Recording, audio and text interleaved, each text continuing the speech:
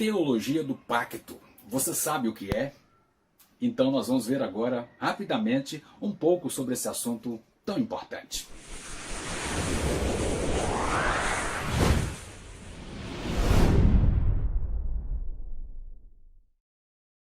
A teologia do pacto é o ensino bíblico de que Deus fez uma aliança com um povo na terra. E por meio desta aliança, Deus se relaciona com o seu povo. Deus tem o propósito de se revelar ao seu povo e também salvá-lo. E quando nós conhecemos a teologia do pacto, nós ampliamos o nosso entendimento sobre o plano de Deus na salvação do homem. Toda a Escritura nos faz ver claramente três grandes pactos feitos por Deus envolvendo o homem. Na verdade, desde a eternidade, Deus sabia que a humanidade iria cair. O homem iria pecar e atrair para si a morte. Então, desde a eternidade, Deus proveu recursos, segundo a sua graça, bondade e misericórdia, para redimir este homem que cairia. O primeiro pacto que Deus fez foi na eternidade, consigo mesmo, onde Deus resolve enviar a Jesus Cristo para redimir, para salvar o homem.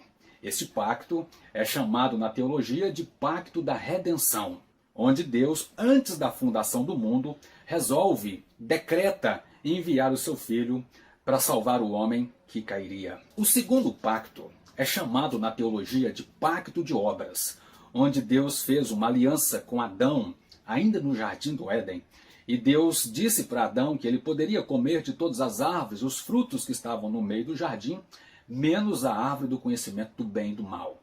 E Deus disse para Adão: no dia em que dela comeres, certamente morrerás. Nota bem que Adão deixou todas as árvores boas de lado e foi exatamente naquela em que Deus disse: certamente morrerás. Ao comer daquele fruto que Deus proibira, o que aconteceu? Adão e Eva morreram. A morte aqui é morte em todos os sentidos da palavra. É morte moral, é morte espiritual e é morte física. Se Deus é o autor da vida, Deus é a própria vida, tudo aquilo que está distante de Deus não pode ter vida em si mesmo.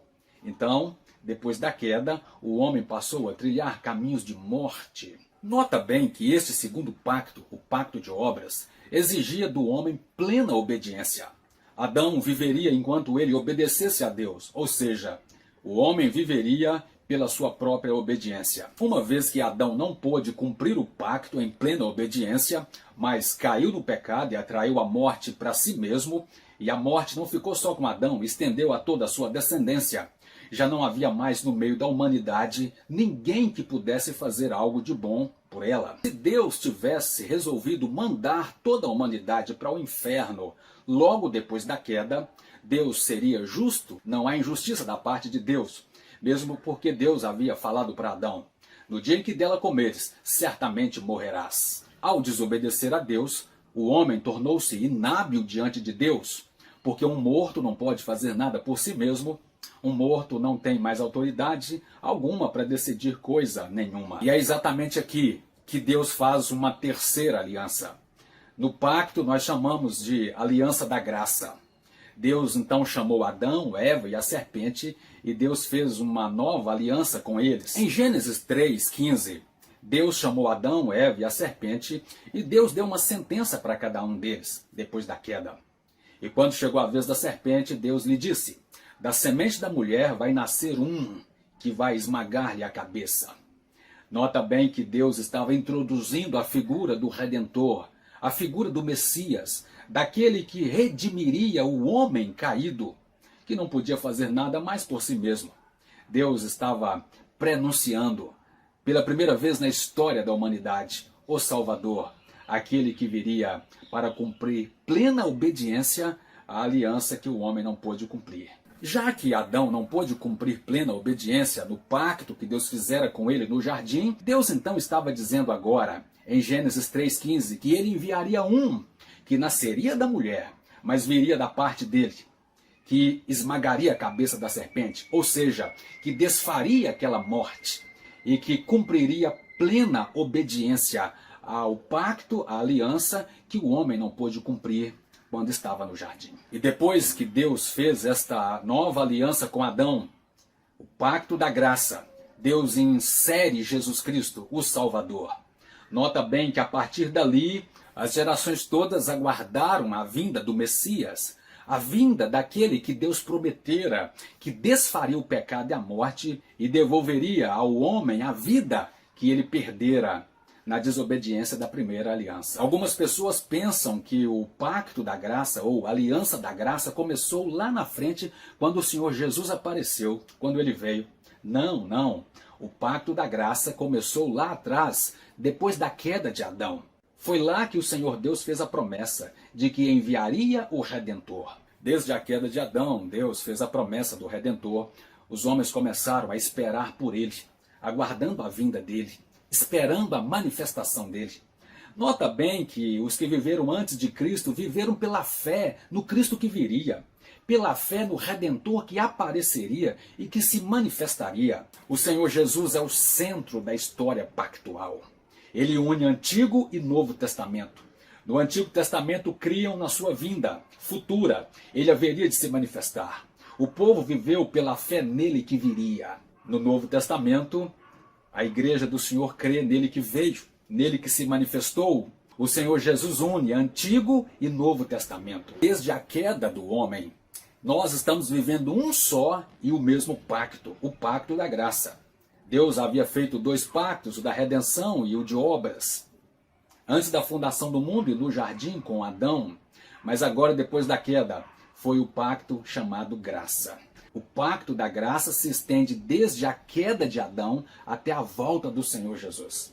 Isso significa que nós hoje estamos vivendo o mesmo pacto que Deus fez com Adão lá atrás. Estamos vivendo o mesmo pacto que todo o povo de Israel no Antigo Testamento viveu. A dificuldade que muitos têm é de entender que Deus administrou o pacto de 2 maneiras.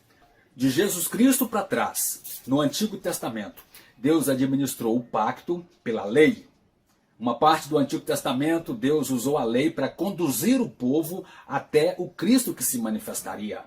Uma vez que o Senhor Jesus se manifestou, e o Senhor Jesus é o mediador do pacto, é o mediador da nova aliança, lembra que ele foi prometido lá atrás. E quando ele veio, não estava começando nenhuma nova aliança. Estava cumprindo a aliança, cumprindo o pacto que Deus prometera. Deus administrou o pacto no Antigo Testamento pela lei.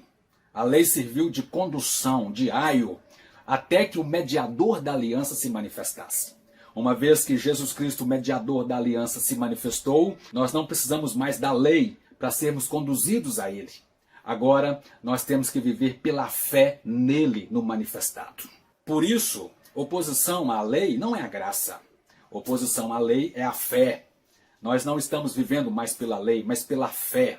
A fé que haveria de se manifestar na vinda do mediador da aliança, que é Jesus Cristo. Uma vez que ele, que foi prometido, crido por todo o povo no Antigo Testamento, se manifestou, agora nós temos que crer nele. Nós temos que viver pela fé nele que se manifestou. Essa é a teologia do pacto, onde o Senhor Jesus está presente pela fé no Antigo Testamento, pela fé nele que viria, pela esperança de sua manifestação e pela fé nele que se manifestou. Nos nossos dias, ele é o Cristo manifestado. Nós cremos que ele veio. A aliança da graça tem esse nome porque os homens não precisarão fazer mais nada para a sua própria salvação. E sim, o Senhor Jesus veio cumprir aquilo que o homem não pôde cumprir na primeira aliança. O Senhor Jesus veio cumprir plena obediência à lei de Deus, à palavra de Deus, à ordenança de Deus. Uma vez que Adão não pôde cumprir, e junto com Adão nenhum outro depois dele, porque toda a sua descendência morreu, Deus enviou Jesus, que nasceu da mulher, mas que não era descendente de Adão. Não era da semente de Adão. Na verdade, quando Deus prometeu que enviaria o Redentor, o Messias, que esmagaria a cabeça da serpente, o próprio Deus estava dizendo que ele viria em forma de homem, em forma de gente, para assumir o lugar do homem que atraiu para si a morte e morreu na primeira aliança, no pacto que Deus fez com ele, ainda no jardim do Éden. Uma vez que o homem não pôde cumprir plena obediência, Deus então estava dizendo que ele enviaria ele mesmo viria para cumprir essa plena obediência, para cumprir essa justiça que ele mesmo exigia do homem e que o homem não pôde cumpri-la. Desde a queda da humanidade, nós estamos vivendo um só e o mesmo pacto, o pacto da graça. Note que no Antigo Testamento, Deus tinha os seus métodos para entrar nessa aliança. Deus ordenou a Abraão, em Gênesis 17, que seria através da circuncisão que os homens, que as famílias entrariam para debaixo da sua aliança, que os homens fariam parte do seu povo aqui na terra. Lembre-se, estamos falando de um mesmo pacto, de uma mesma aliança. No Antigo Testamento, Deus ordenou a Abraão: Abraão, fará parte da minha aliança você, os nascidos na sua casa, os comprados com seu dinheiro e o estrangeiro que vier de fora. Nota bem que Deus ainda diz a Abraão: será circuncidado, com uma condição, Abraão. Serão circuncidados para pertencer ao meu povo. Deus havia instituído a circuncisão como o sinal da aliança, como a forma de entrar para esse pacto e de fazer parte do povo de Deus na terra. No Antigo Testamento, a circuncisão era o modo exigido por Deus para entrar para a igreja daquele tempo, para fazer parte do povo da aliança, do povo de Israel, o povo de Deus na terra naquele tempo. Hoje, nos nossos dias, o modo de entrar para a família da aliança, para a família pactual, ou seja, para a igreja do Senhor Jesus, já não é mais pela circuncisão, mas pelo batismo. O apóstolo Paulo, escrevendo aos Colossenses, ele une em uma mesma frase a palavra circuncisão e batismo. Ele diz que todos nós já fomos circuncidados em Cristo, não porque fomos circuncidados de fato, mas porque Cristo foi circuncidado. A circuncisão como um dos pontos da lei, a partir de quando nós recebemos a Jesus que cumpriu a lei por nós, nós já temos todo o cumprimento da lei sobre a nossa vida, não porque cumprimos de fato, mas porque Jesus Cristo cumpriu a justiça de Deus, exigida na primeira aliança, em nosso lugar. E Paulo diz aos Colossenses que nós já fomos circuncidados em Cristo porque fomos batizados. Nota bem que o batismo substitui a circuncisão. O batismo, ordenado pelo Senhor Jesus, é hoje a forma de entrar para essa aliança. O batismo dos nossos dias, nos dias da igreja, depois da manifestação do mediador, do Redentor prometido por Deus, é o sinal da aliança. Então, você precisa ser batizado para que você componha o povo de Deus na terra, para que você faça parte da família de Deus na terra, a família da aliança. Embora o batismo não salve, o batismo não seja para salvação, ele é uma ordenança de Deus, uma instituição santa para que as pessoas possam pertencer oficialmente à família da aliança de Deus na terra. O ponto alto da teologia do pacto diz que Deus ordenou a Abraão, em Gênesis 17, de que toda criança, todo menino, ao 8º dia de nascido, deveria ser circuncidado. Isso mesmo, todo menino, ao 8º dia de nascido, deveria ser circuncidado para pertencerem à família da aliança, para pertencerem ao povo de Deus na terra. E eu fico pensando, será que Abraão pegou o seu filhinho Isaque de 8 dias e perguntou a Isaque: filho, papai e mamãe pertencemos à família de Deus na terra, ao povo da aliança? Você deseja pertencer também? É claro que não. Um menino de 8 dias não sabe de nada, não sabe do que está acontecendo. Mas foi responsabilidade pactual de Abraão circuncidar o seu filho, introduzi-lo na mesma família que ele pertencia, ao povo de Deus na terra. Você observa que o batismo hoje substitui a circuncisão e com mais profundidade. Se os meninos ao 8º dia de nascidos eram circuncidados no Antigo Testamento, por que é que nós não os batizaremos hoje? Afinal de contas, nós estamos falando de um só e o mesmo pacto. O pacto não mudou, a aliança não mudou, a aliança é a aliança da graça. No Antigo Testamento, o pacto da graça era mais exclusivo para o povo de Israel. O Redentor, o Messias prometido ainda não havia se manifestado. O povo estava na esperança, na expectativa de sua manifestação. E, portanto, as promessas de Deus eram mais exclusivas para o povo de Israel. Nem as mulheres eram circuncidadas. Deus, às vezes, usa a própria cultura local para falar com o povo. Como a cultura era patriarcal, Deus resolveu que apenas o menino, o homem, seria circuncidado, uma vez que ele seria o cabeça de sua família. Na verdade, as mulheres estavam incluídas no pacto automaticamente, ou pela filiação, visto que toda menina em Israel tinha um pai que havia sido circuncidado, ou pelo matrimônio. Toda mulher em Israel tinha um marido, mulher casada tinha um marido que havia sido circuncidado. Pensa comigo, se no Antigo Testamento, que era mais exclusivo para o povo de Israel, no tempo da lei, as mulheres não eram circuncidadas, as pessoas de outros lugares, outras nações não compunham o povo de Deus. No Novo Testamento, quando o Senhor Jesus se manifesta, Deus estava abrindo uma porta para todo mundo. Se no Antigo Testamento as mulheres não eram circuncidadas, pessoas de outras nações não faziam parte do povo de Deus. Os meninos ao 8º dia eram circuncidados para pertencer à família da aliança, juntamente com suas casas. No Novo Testamento, Deus estava abrindo uma porta para todo mundo que cresce em Jesus Cristo, o mediador manifestado, o mediador da aliança. Uma vez que o Senhor Jesus se manifestou, a porta foi escancarada. Agora não era só mais o povo de Israel, mas sim pessoas de todos os povos, raças, tribos, línguas e nações que crescem no Messias manifestado, no Senhor Jesus. Logo, então, as mulheres que não eram circuncidadas, hoje as mulheres entram para a igreja, para a família da aliança, para a família pactual pelo batismo. Pessoas de outras nacionalidades que não entravam antes, entram hoje pelo batismo e pela fé em Cristo Jesus. Vem cá, os meninos que já entravam no Antigo Testamento pela circuncisão ao 8º dia, hoje é que não vão entrar pelo batismo? Nós cremos que o batismo não é para salvação. Eu creio que o batismo não é para salvação. O batismo é para inclusão na família da aliança. Lembrando que na família da aliança, que é a igreja nos nossos dias, há pessoas salvas e não salvas. É necessário aqui que eu faça uma diferenciação da igreja do Senhor em 2 aspectos. Primeiro, a igreja que nós conhecemos, nós humanos vemos. Essa igreja é chamada na teologia de igreja militante ou igreja visível. E há a igreja que o Senhor Jesus conhece, que Deus conhece.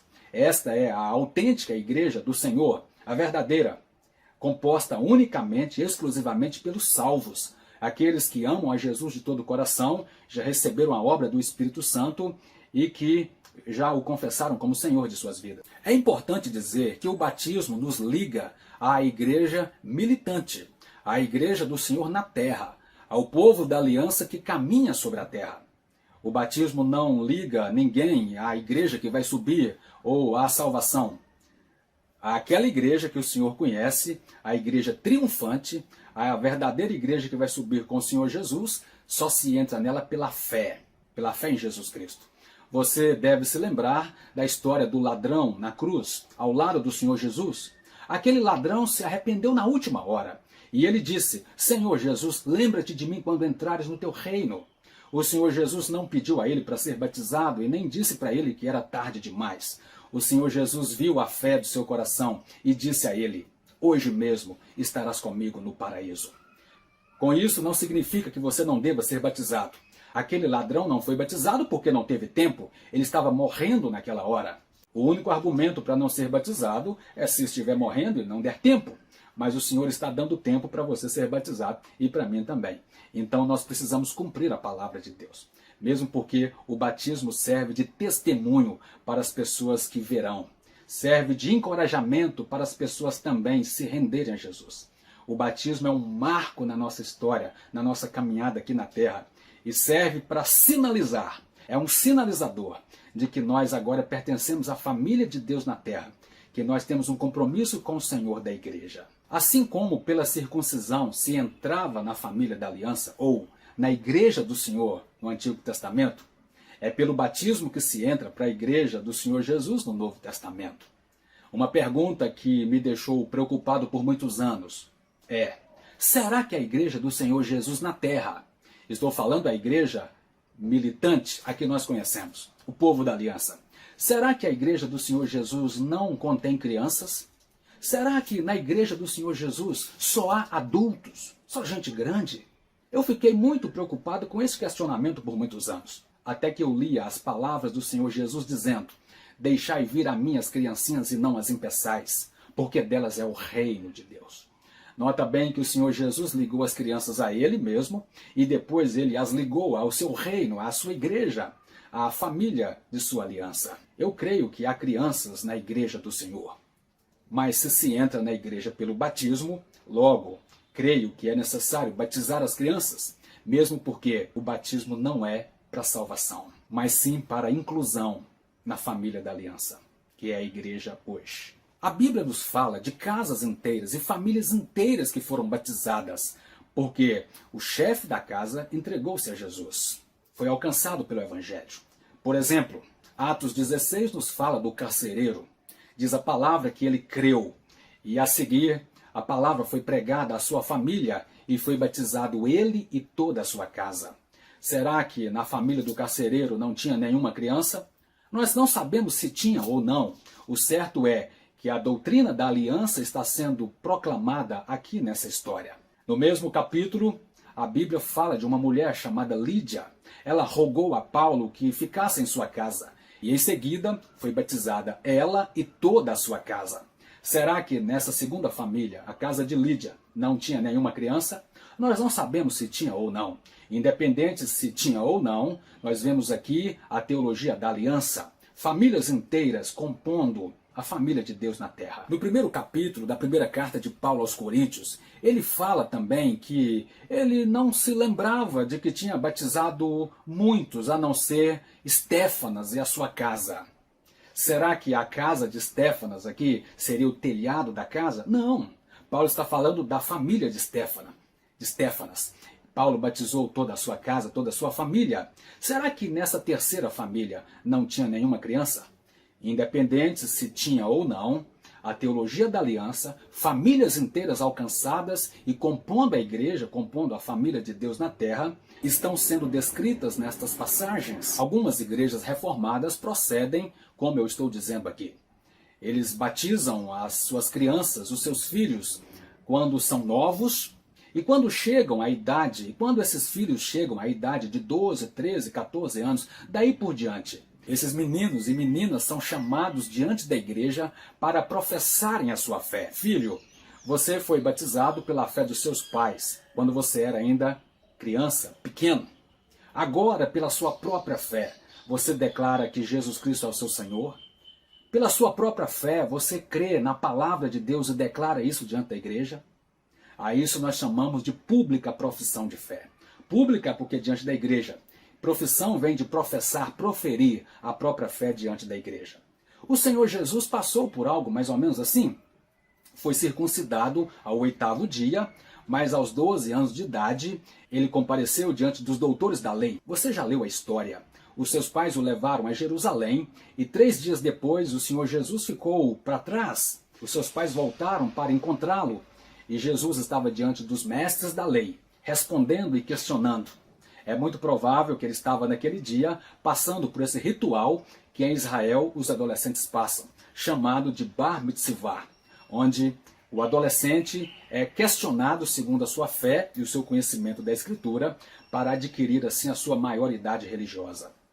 Algumas igrejas reformadas procedem assim, batizam o filho menor na infância e quando ele crescer, a partir dos 12 anos, ele é chamado diante da igreja para professar a sua fé, para caminhar agora pela sua própria fé diante de Deus e diante dos homens. É muito importante dizer que eu não concordo com o batismo de crianças, mas sim o batismo dos filhos menores dos crentes. Há uma diferença entre batizar crianças e batizar os filhos menores. Criança é qualquer criança, e nós não batizamos qualquer criança. É necessário que o pai ou a mãe seja crente no Senhor Jesus e tenha uma aliança com o Redentor, para então, pela fé deste pai ou desta mãe, inserir o seu filho debaixo da promessa, da aliança que ele tem com Deus. E você sabia que a Bíblia manda batizar os filhos menores? Isso mesmo.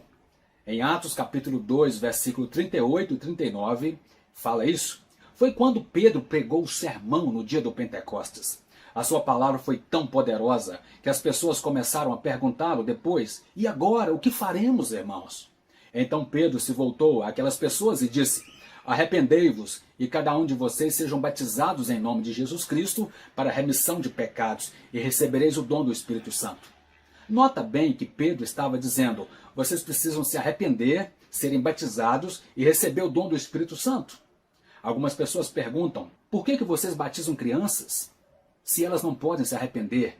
E eu costumo dizer, você está recordando Atos capítulo 2, 38, não é? Pois é, Pedro estava falando aquilo para quem? Pedro estava dando uma resposta às pessoas que estavam diante dele, que tinham acabado de ouvir a pregação, e elas queriam saber o próximo passo. Então Pedro disse àquelas pessoas grandes e conscientes, vocês precisam se arrependerem e serem batizados em nome de Jesus Cristo. Mas eu costumo dizer, você já leu o próximo versículo, o versículo 39? Se no 38 de Atos 2, Pedro diz que tem que se arrepender para ser batizado, no versículo 39, Pedro diz, porque essa promessa, e ele acabou de falar, é para vocês que estão diante de mim, para os filhos de vocês, para os que estão longe e que o Senhor Deus ainda chamar. Nota bem que o apóstolo Pedro trouxe aqui todo o teor da teologia do pacto. A promessa não era só para os pais que creram, era também para os seus filhos. Ele disse, é para vocês e os filhos de vocês. A palavra filhos aqui no grego é muito interessante, é a palavra teknon. Pedro não usa a palavra huios para se referir aos filhos dos crentes, mas sim a teknon. Huios significa no grego filho livre, filho maduro, filho dono do seu próprio nariz. Em outras palavras, filhos maiores de idade. Mas a palavra teknon, também traduzida por filho, significa filho como descendência, filho menor, filho como geração, filho de colo, de peito, que mama. É isso que Pedro estava dizendo. Essa promessa é para vocês e os filhos menores de vocês. E ele estava se referindo, dentre outras promessas, do batismo também. Sem contar que ele diz que esta promessa, quando batizamos os filhos menores, não estamos salvando a eles, mas estamos colocando nossos filhos debaixo da promessa. Na certeza, na esperança, na fé dos pais, de que mais cedo ou mais tarde, esse menino ou menina irá se render, se dobrar diante do Senhor Jesus. Se bem que nós nem sabemos se isso já aconteceu. Às vezes erramos muito pensando que uma criança não pode receber o Espírito Santo e ser regenerada pelo poder do Senhor Jesus. Há casos na Bíblia em que crianças foram cheias do Espírito Santo desde o ventre da mãe. Como João Batista, por exemplo, no ventre de sua mãe Isabel, 6 meses mais velho do que Jesus Cristo. Quando as duas mamães se aproximaram, Jesus no ventre de Maria e João no ventre de Isabel. A Bíblia diz que João Batista saltou de alegria no ventre de sua mãe. Joãozinho pulou no ventre de Isabel. Isso porque ele estava diante do seu Salvador, do seu Redentor. As crianças podem ser cheias do Espírito Santo. O profeta Jeremias também diz que antes de nascer no ventre de sua mãe, o Senhor já havia lhe visto e lhe escolhido. Então, nós batizamos não para salvar. Nós batizamos porque cremos que nós e nossa casa pertencem à família da aliança, à família do Senhor Jesus na terra.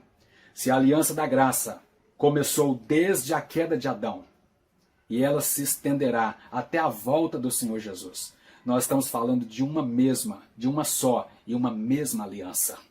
As crianças entravam para a família da aliança no Antigo Testamento ao 8º dia. As crianças devem entrar hoje para a família da aliança, que é a igreja.